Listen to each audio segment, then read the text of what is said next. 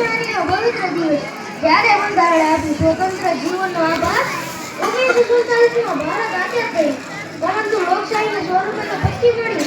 26મી જાન્યુઆરી 1950 બંધારણમાં અમલમાં આવ્યું.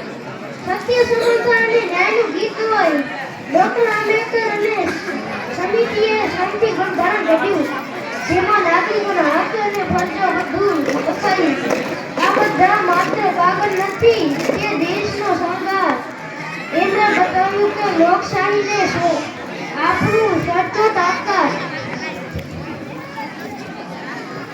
મિત્રો, આ દિવસ ફક્ત ઉજવણી માટે નથી, આ દિવસ દેશ માટે જીવવા શપથ લેવા માટે.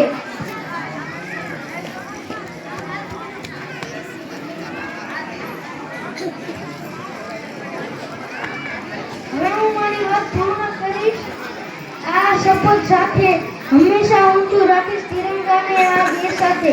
આ પ્રજાસત્તાક દિનની કહાની યાદ રહેશે. આપણે દેશના પ્રગતિના પથ પર આગળ વધીએ. જય હિન્દ, જય ભારત.